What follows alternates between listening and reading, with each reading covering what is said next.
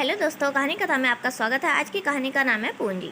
पता नहीं क्या कहूँ, मन बड़ा खिन्न हो गया है। भगवान से यही प्रार्थना कर रही हूँ कि यह जल्दी ठीक हो जाए, मगर मन तो मम्मी की पर ही लगा है। जरूर ध्यान से चलती नहीं होगी, तभी तो गिर गई सीढ़ियों से बेचारी मेरी मम्मी। मम्मी की हालत को याद करते ही आंसू निकलने लगे।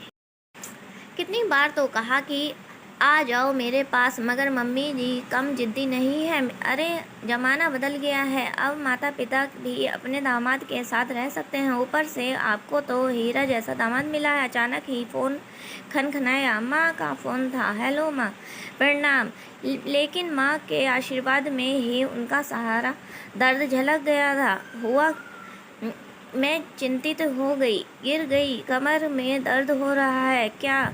लेकिन तुमसे कल कहा था ना कि रेस्ट करो, बिना बात ज़्यादा इधर उधर मत चलो। बहुत दर्द हो रहा है क्या? हाँ बहुत। राकेश भैया को बताया। आज राकेश के ऑफिस जाने का बाद गिरी और भाभी को माँ फिर चुप हो गई। बेटी भी चुप हो गई। कुछ बातों के जवाब चुप्पी से ज़्यादा पारदर्शी व मुखर हो जाते हैं। अच्छा, बहुत सीधी लेट रहो, मैं कुछ करती हूँ, कह कर बेटी ने फ़ोन रख दिया। पल भर बाद उसने भाई को ऑफिस फ़ोन में किया। हेलो भैया, माँ गिर गई। हाँ मुझे मालूम है। नहीं, आज सुबह आपके ऑफिस जाने के बाद फिर गिर गई। ओहो। भाई के स्वर में चिंता के बजाय एक खिन्नता थी। अब मैं तो 7 बजे से पहले ऑफिस से नहीं निकल पाऊंगा।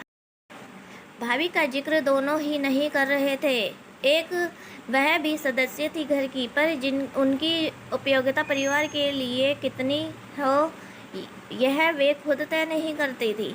मैं भी नहीं निकल पाऊंगी भैया, उनकी हालत आप जानते ही हो। राकेश इस बात को जानता था। ठीक है, मैं कोशिश करता हूँ। एक्सरे करवाना पड़ेगा, कहीं फ्रैक्चर ना हो गया हो। मोबाइल बंद कर राशि बैठी ही रह गई। मन गुस्से व क्षोभ में रह गया था। कौन कहता है माँ को भी ज़बरदस्ती इधर उधर चलती रहे। घर में सारी सुविधाएं हैं, काम करने वाली है। भाभी की तटस्थता को छोड़ दें कि बात की कमी तो होगी, लेकिन कमी तो है। पापा को गए अभी 2 साल ही हुए हैं। पति के बाद जाने के बाद तन मन दिल दिमाग व अपने कमरे में शून्यता का पसर जाना उन्हें कमज़ोर कर रहा है। बिस्तर पर पलंग में लेटे पति की बूढ़ी व रुग्ण काया भी उन्हें सुरक्षा का एहसास दिलाती थी। घर में उनके अधिकारों के प्रति आश्वस्त करती थी। बेटे बहू उनके साथ रहे थे, वे बेटे बहू के साथ नहीं, खामोशी से यह जलता देखती थी।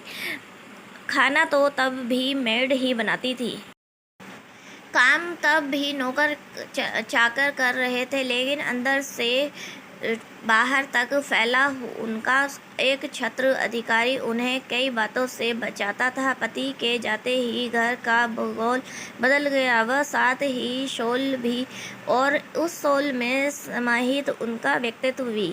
बहू, नमक और गरम मसाले के डब्बे कहाँ गए? पापा के जाने के बाद उस दिन वह किचन में कुछ बना रही थी। निगाह उठाकर देखा तो किचन का दूसरा पूरा नक्शा ही बदल गया था। इधर रखे हैं, बहू डिब्बे दिखाती हुई बोली। उसने माँ के चेहरे की तरफ देखा।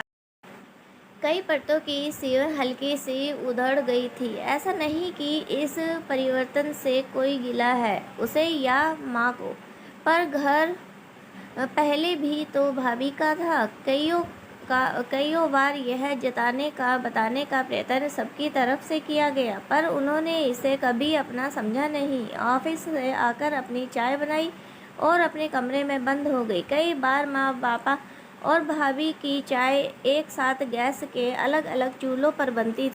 मेड खाना बनाती तो घर के 3 सदस्यों का भाभी अपना अलग पकाकर 8 बजे के ही ऊपर अपने कमरे में समा जाती।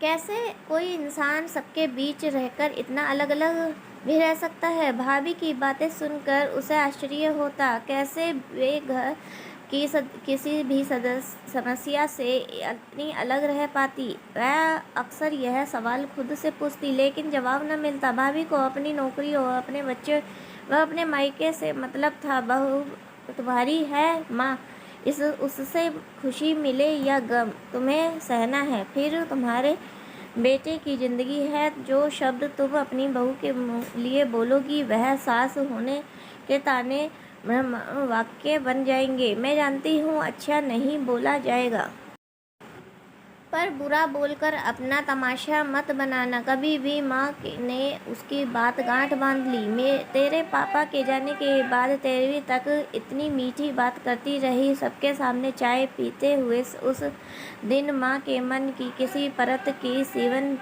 फिर उधड़ गई थी। तुम ध्यान मत किया करो माँ, वो तो पहले भी ऐसी ही थी। घर तुम्हारा है, बेटा तुम्हारा ध्यान रखता है। मैं भी आती रहती हूँ। ऊपर रुपए पैसे का इंतजाम पापा तुम्हारे लिए काफ़ी कर गए हैं, इसलिए एक कमी के बजाय 4 खूबियों में मन लगाया करो। बेटी में उधड़ी परत की फिर से मरम्मत कर दी।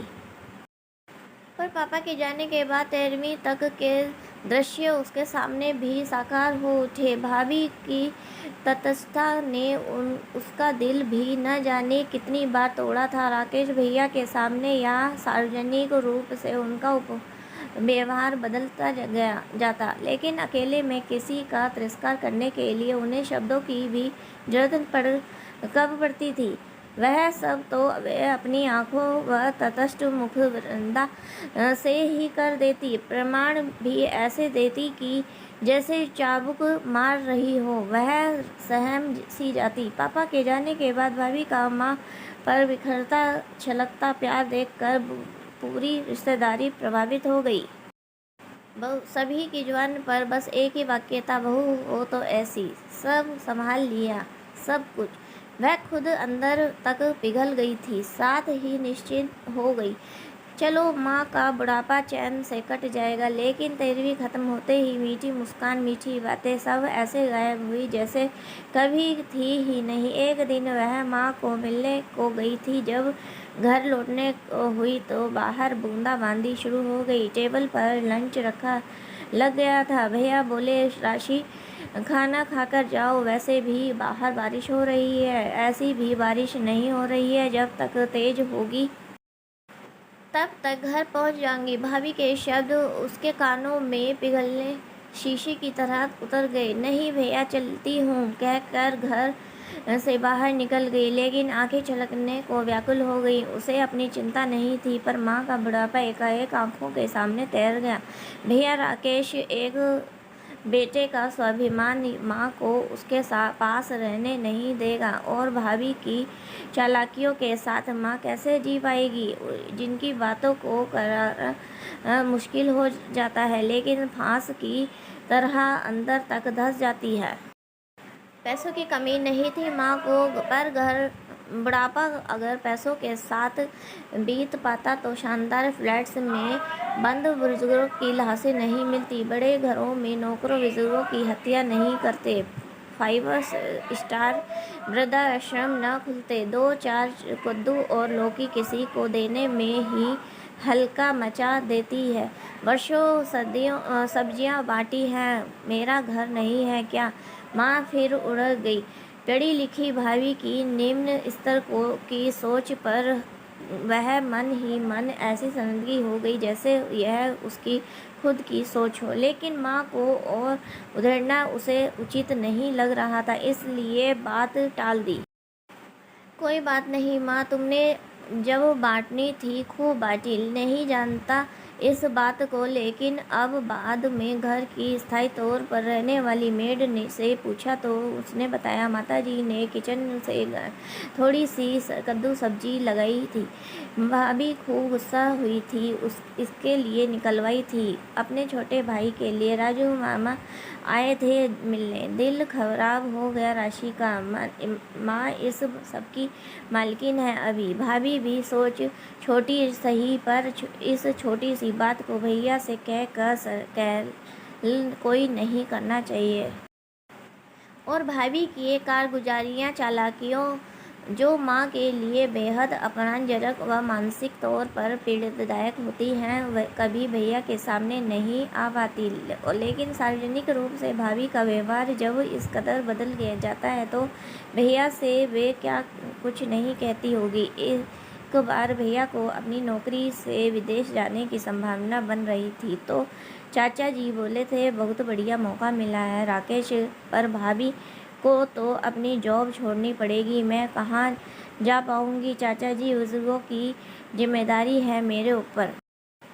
भाभी तुरंत बोली थी, जबकि सच तो यह था कि वह अपनी जॉब नहीं छोड़ना चाहती थी। वह मति भ्रम की सी स्थिति में भाभी का चेहरा देखती रह गई। पापा की जिंदगी तक एक सुरक्षात्मक छत थी माँ के ऊपर, जो अब उड़ गई थी और भाभी का मुंह खुल गया था। शांति प्रिय भैया कभी माँ का पक्ष लेकर बीवी को समझाते तो कभी बीवी का पक्ष लेकर माँ को। भाभी को माँ के लिए एक कप चाय बनाने में भी कष्ट है, एक पैसा भी माँ पर उनका खर्च नहीं होता, फिर भी वे माँ की उपस्थिति बर्दाश्त नहीं कर पाती हैं।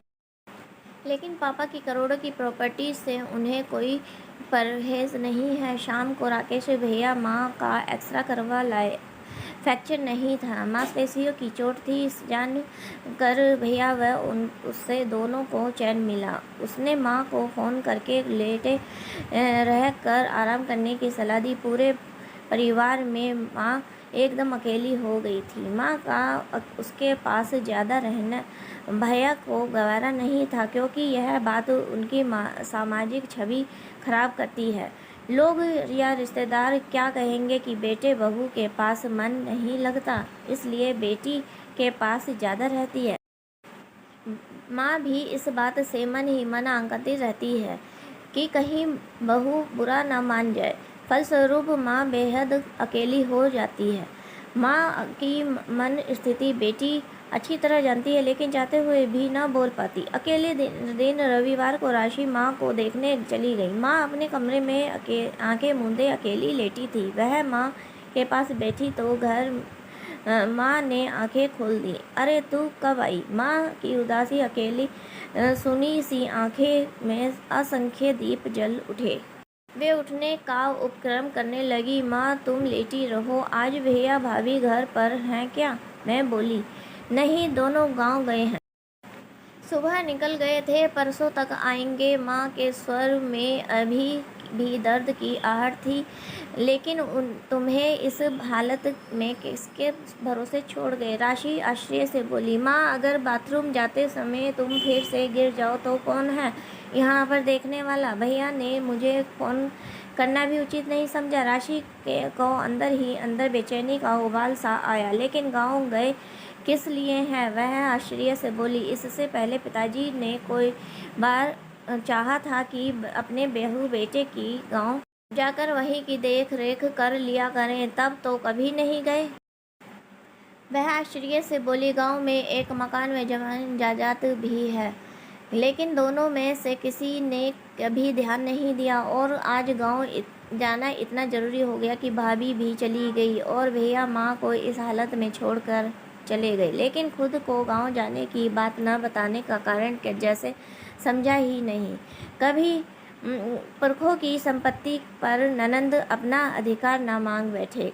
भाभी की सोच से उसे कोई लेना देना नहीं, पर भैया को तो उसकी नीयत पर भरोसा होना चाहिए था। लेकिन गांव की जमीन जायदाद में भैया का रुचि लेना वह भी समझ सकती थी, पर घर की हर खुशियों और गम से अलग भाभी का जाना उसे हैरान कर रहा था, कहीं हल्के सा सुकून भी दे रहा था। इसलिए बोली, चलो अच्छा है, भाभी भी गई है भैया के साथ तो खड़ी होकर रहेगी, अपनी नौकरी छोड़कर गांव में कुछ काम करना चाहती है। एकाएक माँ बोलने लगी, गांव की महिलाओं के साथ मिलकर इसलिए सोच रही है कि गांव का घर ठीक करा ले और गांव की वरिष्ठ लोगों से, खासकर प्रधान से अपनी जान पहचान अच्छी कर ले, जिससे उसे अपने काम में मदद मिल सके।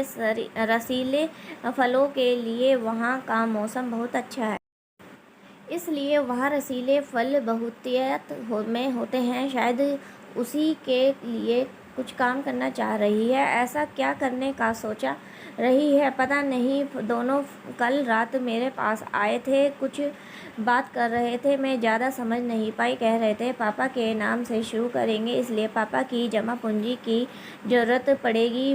राशि हतप्रभ रह गई।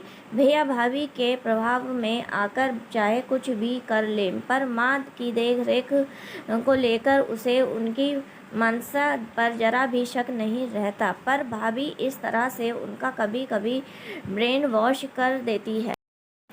पता नहीं क्या इरादा है उनका अब। कहीं माँ की जमा पूंजी पापा के नाम पर भाभी ने माँ और भैया को बहला फुसला कर निकलवा ली तो भावनात्मक व मानसिक स्तर पर अकेलापन भोग रही माँ अधिक आर्थिक रूप से अकेली न पड़ जाए। भैया भले ही उनके लिए सब कुछ करेंगे, पर दब भाभी का ही रहेगा। अभी जब माँ अपने दम पर रह रही है तब भाभी उनसे बात कर तक नहीं करती, मतलब नहीं रखती। फिर जब आर्थिक रूप से भैया पर निर्भर हो जाएगी तब का नज़ारा क्या होगा। सोचकर ही राशि को सिहरन सी महसूस। घर और शहर की बाकी संपत्ति भले ही अभी माँ के नाम पर है, 80 साल की माँ इसका उपयोग तो नहीं कर सकती ना ही किसी अन्याय के प्रतिकार स्वरूप अपने बच्चों को घर से बाहर निकाल सकती है। राशि जानती थी तब माँ कुछ और उड़ेगी, बार बार उड़ेगी और उसे लगातार मरम्मत करते रहना पड़ेगा ताकि माँ की आगे की ज़िंदगी कुछ ठीक ठाक निकल जाए, क्योंकि कर तो वह कुछ भी नहीं पाएगी। माँ अपना पैसा मत देना, पापा के नाम पर काम शुरू करना चाहती है तो वे खुद कर ले। पापा का जो कुछ भी तुम्हारे बाद बचेगा उन्हीं का ही तो होगा। फिर अभी क्यों दे रही हो। उसने माँ को समझाने की एक कमज़ोर सी कोशिश की। माँ ने एक मजबूर खामोशी की दृष्टि से उस पर डाली। वह महसूस कर रही कि उन खामोशी निगाहों की मुख्य भाषा को, क्योंकि मौन में कुछ प्रश्नों के जवाब बहुत पारदर्शी और स्पष्ट हो जाते हैं। माँ को मेरी बात कहीं ना कहीं समझ आ गई। उन्होंने तुरंत भैया को फ़ोन लगाया। बेटा सुनो, जो कुछ देखना है देख कर लो, आखिरी फैसला तो मुझे ही करना है। जहाँ तक मेरा ख्याल है तुम्हारे पापा का मान सम्मान वैसे भी बहुत है, मुझे लगता है यह फिजूल चीज़ें करने की कोई ज़रूरत नहीं है। जब तक मैं हूँ तब तक तो नहीं, मैं कुछ बेचने नहीं दूंगी, ना ही कुछ जमा पूंजी दूंगी। अब फैसला तुम दोनों का है। आज माँ की एक टक बातें सुनकर मुझे इस बात की तसल्ली हो गई कि पापा की प्रॉपर्टी आपके लिए एक मजबूत दीवार है। इसका तो भाभी भी कुछ नहीं करने की हिम्मत कर नहीं पाएगी। नहीं तो मैं हूँ ही आपके साथ। दोस्तों, हमारी कहानी कैसी लगी? धन्यवाद।